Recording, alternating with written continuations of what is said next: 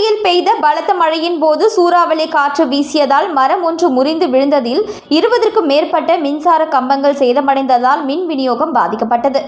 கோவை மாவட்டத்தில் கடந்த ஒரு வார காலமாக அவ்வப்போது மாலை வேளையில் பலத்த மழை பெய்து வருகிறது. மழையின் போது கடும் சூறாவளி காற்றும் வீசுவதால் ஆங்காங்கே மரங்கள் முறிந்து விழும் சம்பவங்களும், கடைகளின் முன் வைக்கப்பட்டுள்ள பதாகைகள் சேதமடையும் சம்பவங்களும் அதிகரித்து வருகின்றன.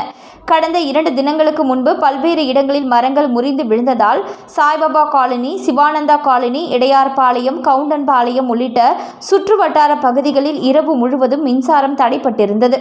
இந்த நிலையில் இன்று கோவை மாநகர பகுதிகளான காந்திபுரம், ரயில் நிலையம், ஆவாரம்பாளையம் உள்ளிட்ட பகுதிகளில் மாலை 4 மணியளவில் பலத்த மழை பெய்தது. அப்போது சூறாவளி காற்று வீசியதால் ஆங்காங்கே மரக்கிளைகள் முறிந்து விழுந்தது. இதில் BKK மேனன் சாலையில் ஒரு வீட்டில் இருந்து சுமார் 40 ஆண்டு பழமையான மரம் ஒன்று வேரோடு சாய்ந்து விழுந்தது. இந்த மரம் சாலையில் இருந்த மின் கம்பங்களின் மீது விழுந்ததில் அடுத்தடுத்து 20க்கும் மேற்பட்ட மின் கம்பங்கள் சேதமடைந்தன. உடனடியாக மின்சாரம் நிறுத்தப்பட்டதால் அப்பகுதி முழுவதும் மழையின் ஊடாக இருளில் மூழ்கியது.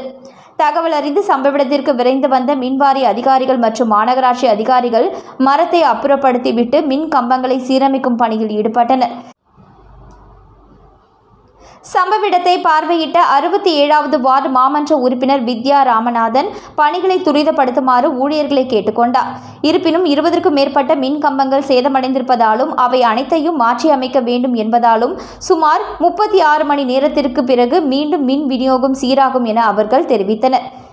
ஏராளமான வீடுகள் மற்றும் கடைகள் அமைந்துள்ள BKK மேனன் சாலையில் மின் விநியோகம் பாதிக்கப்பட்டு இருப்பதால் அருகில் உள்ள காந்திபுரம் பேருந்து நிலையத்திலும் மின் தடை ஏற்பட்டுள்ளது. இதனால் பயணிகள் பாதிக்கப்படும் சூழலும் உருவாகியுள்ளது.